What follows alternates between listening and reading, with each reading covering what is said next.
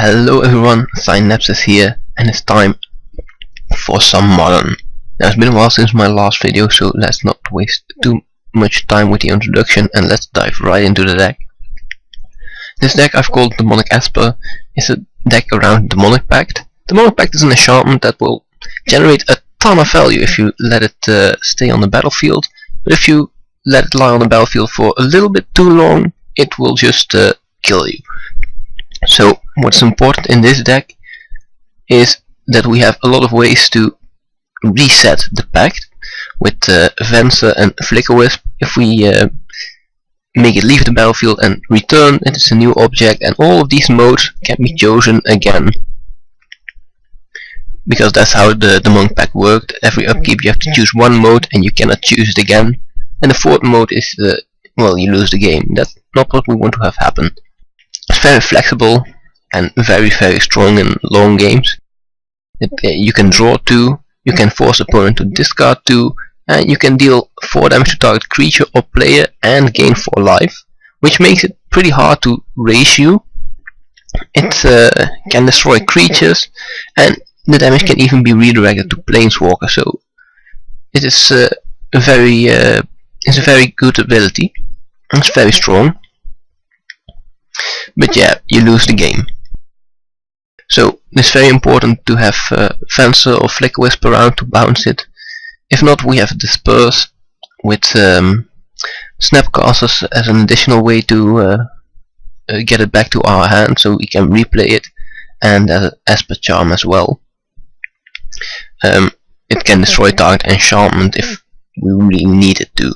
Alongside these cards are ways that generate value when they are being bounced or flickered, like Shriekmaw, Wall of Omens, Restoration Angels also play nice in the team. If we have a Flickerwisp lying around, then Restoration Angel will also reset the Demonic Pact. There is some light counter magic to mana leaks, to remands, a spell snare, some cantrips, and Serum Visions, 2 of them, and Thought Scour, 3 of them. Thought Scour is primarily there as a way to gain value out of Snapcaster flickers. So if you use Flickerwisp or Venser on the Snapcaster mage, it will return at the end of turn, and you can only cast instants at that point. So I wanted a cheap 1 mana cantrip at instant speed, and that's why Thought Scour is in here. Another card that deserves mention are these 3 Wrath of Gods. Supreme Verdict is generally the better card, but the cannot be regenerated on Wrath of God is very relevant, especially after sideboarding, when some opponents will board in, for example, Thrun.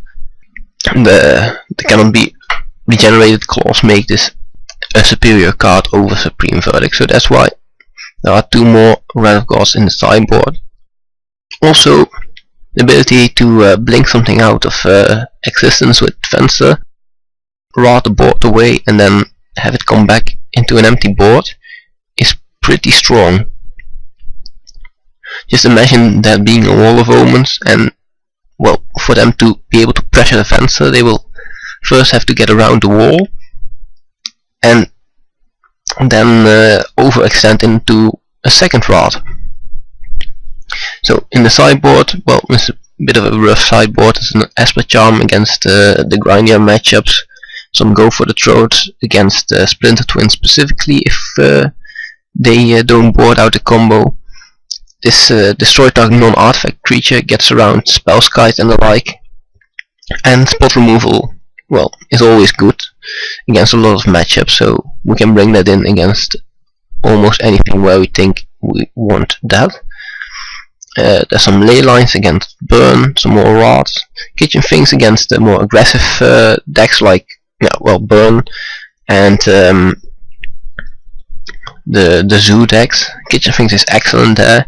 That makes me think we don't have that many slots to put in the ley line, so might not be the best sideboard card. The Rest in Pieces as well. Since we run Snapcasters, they also hurt us a little bit. But these are just there as very potent hate cards, and once we play more with this deck we might figure out more sophisticated cards that we want in our sideboard. So with that said, let's just go to game 1. Here we are with our first match, and this hand doesn't look great.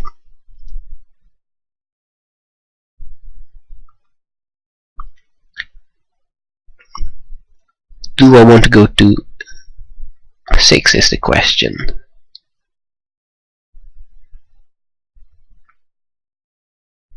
I think I do want to go to 6 here, and this is not much better, but at least we can do things early, and that's okay. And we get a scry, so that's nice. Let's get that thing out of here. We don't want more lands. Wishing our opponent good luck. And let's see what he does here. Basic forest into nothing. That's always nice. That's always nice. Yeah, we scry the land to the bottom, so fetching one out of our deck doesn't do anything. It takes one out and shuffles one back in, so I'd rather take this opportunity to get one of these into play tapped without paying the life, so let's do that here. Next turn I can play the swamp, have all 3 colors and cast a Wall of Omens. Well, only force and no place is great, since the thing I'm most worried about green decks is early mana elves and more quick mana and things spiraling out of control very quickly. But if he's just sitting back there and doing nothing, then I'm not that scared. Yeah, I think no, I still don't want to fetch.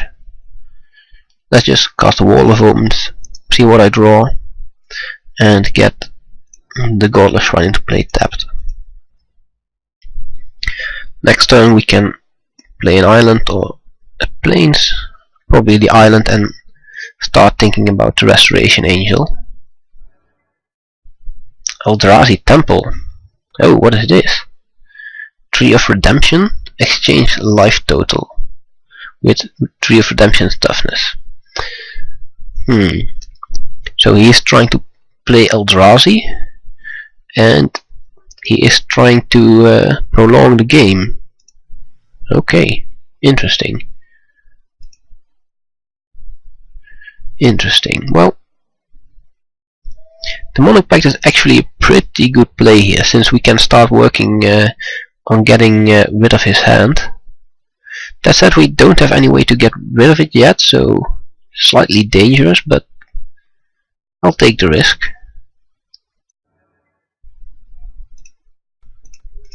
We get to draw 2 cards of the Pact, another one of the Restoration Angel, and at least 3 more of our natural draw steps, so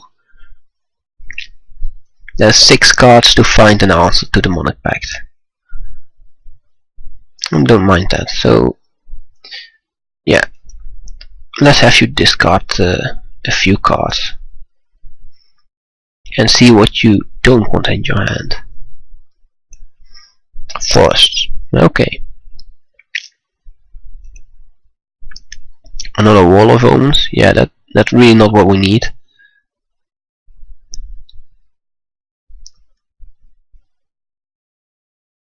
And we have to fetch eventually, so let's do it now when we don't have any use for the additional mana.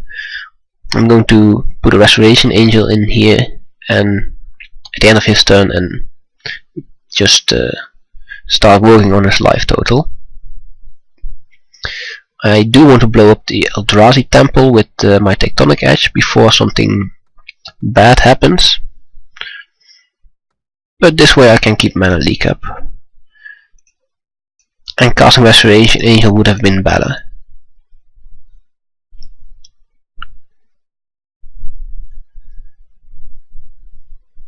So this turn I'll probably draw 2 cards, searching for something to do, and well, the Esper Charm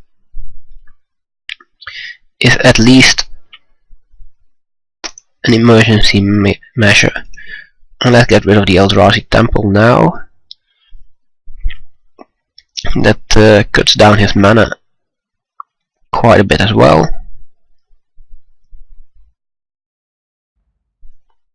And yeah, try to go for the Restoration Angel plan again at the end of his turn.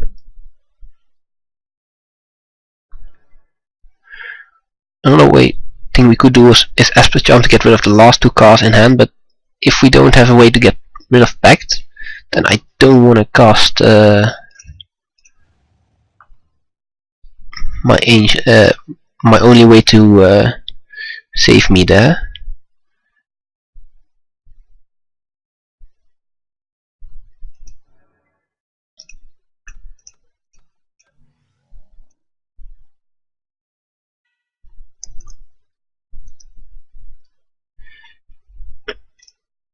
So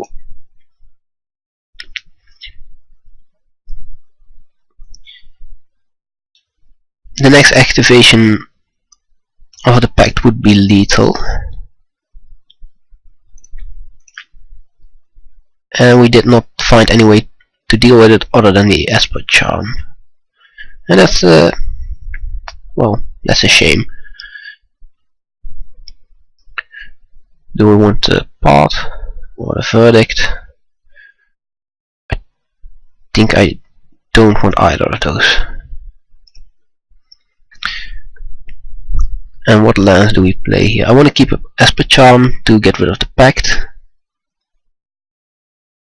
and I want to cast Wall of Omens here.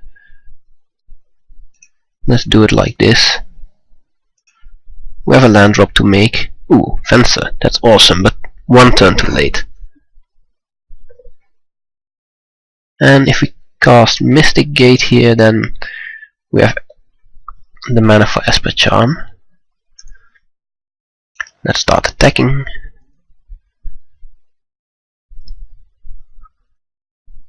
He doesn't do anything. Let's see if he does anything in his end step. No? Then in his upkeep I will try to get rid of the Pact before it kills us. Great, we're not dead yet.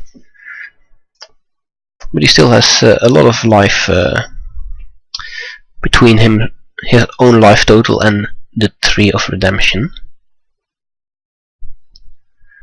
And Eye of Ugin makes the Eldrazi he has undoubtedly in his deck easier to cast. And he can search for them, so maybe I should have held on to my Tectonic Edge, but probably not. And Disperse and Fencer now. Well, let's attack with Restoration Angel first.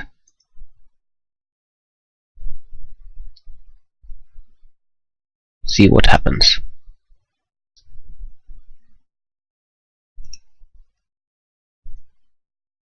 No, we can't do that. Do you want to play a land first? Yeah, doesn't matter. So let's play a basic.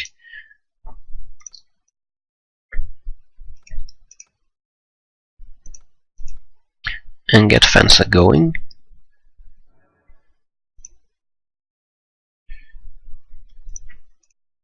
Let's exile the Wall of Omens and draw an extra card here.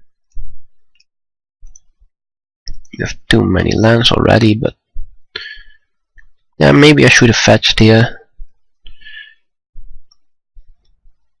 Probably, yeah, probably.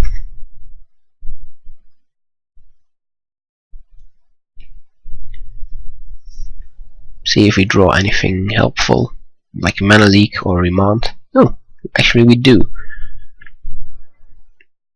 That's pretty nice. He uses the Tree of Redemption. Well, can't do anything against that. And he casts an Aulus Dust. Yeah. Sacrifice all colored permanents he or she controls.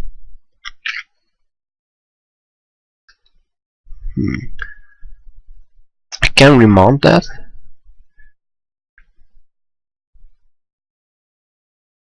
But what does that do for us? It will come again next turn. No, I much rather disperse my Venser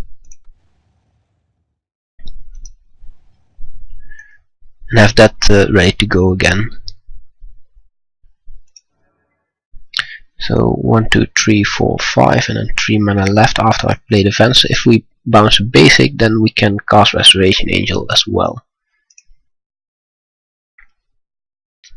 That means we need an untapped land.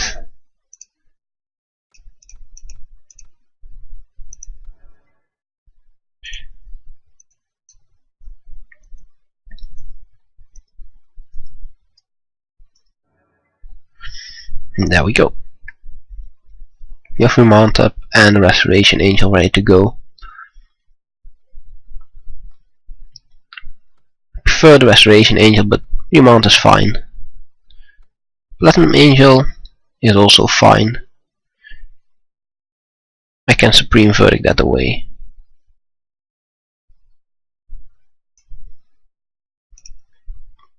I'm going to use Remount anyway since I want to draw a card, but yeah, now I'm not going to. Marsh Flats thin my deck a little bit, but I don't need the mana. Pay to life, no.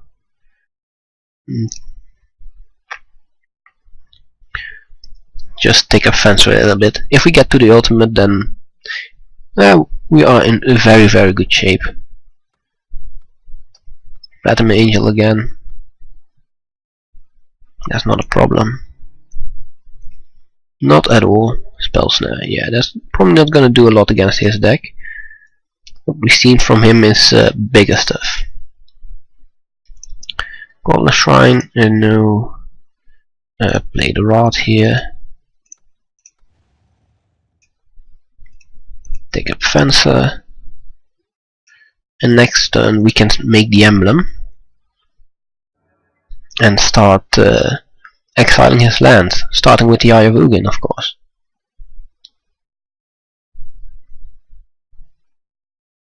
He probably wants to use that right now. No, he wants an Awakening Zone, it seems. Yeah, that's okay. I don't mind you having an Awakening Zone. Not at all. So, whenever I cast a spell, I can exile things now. First order of business is casting the Demonic Pact and getting rid of the eye. No searching anything. And he's 1, 2, 3, 4, 5, 6, 7 mana available. Can exile a land, but I can also exile the Awakening Zone itself before it generates any mana. So let's do that.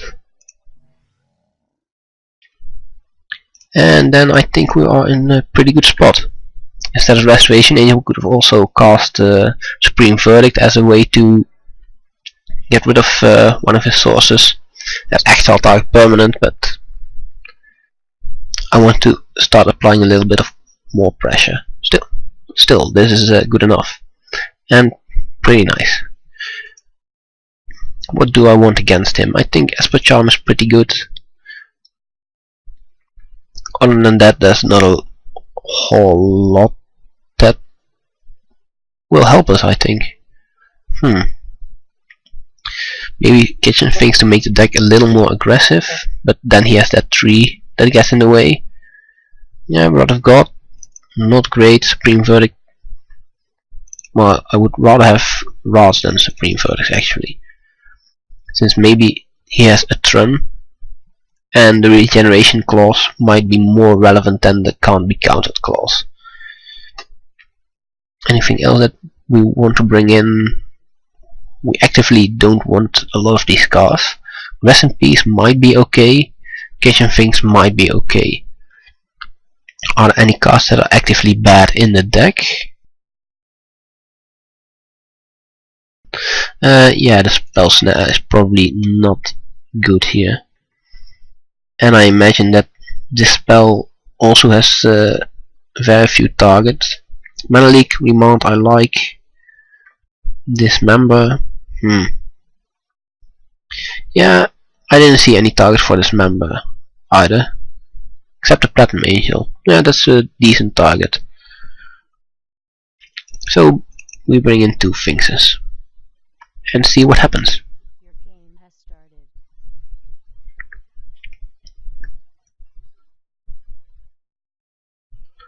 This hand seems okay. Mulligan this, no. We'll probably start with Hallowed Fountain and go with Serum Visions. Trying to find more land. Not a land, but I'll keep a Serum Visions on top.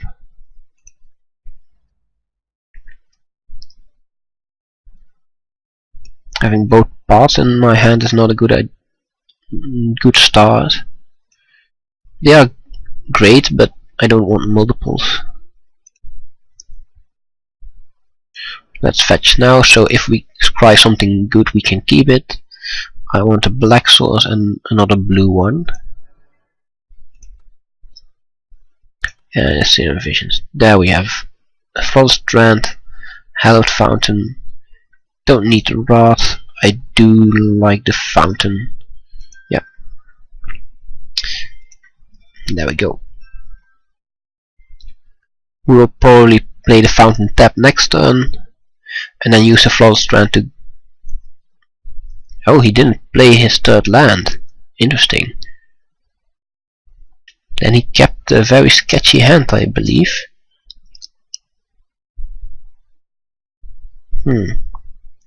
Let's start with Flawless Strand here. Get a black source at the end of his turn, keeping Menelik and Remand up here. Not sure if I need it, but yeah, he didn't find his 3rd land, and if I keep hitting land drops, there's nothing he can do. Maybe a bit premature to surrender, but that's what he did.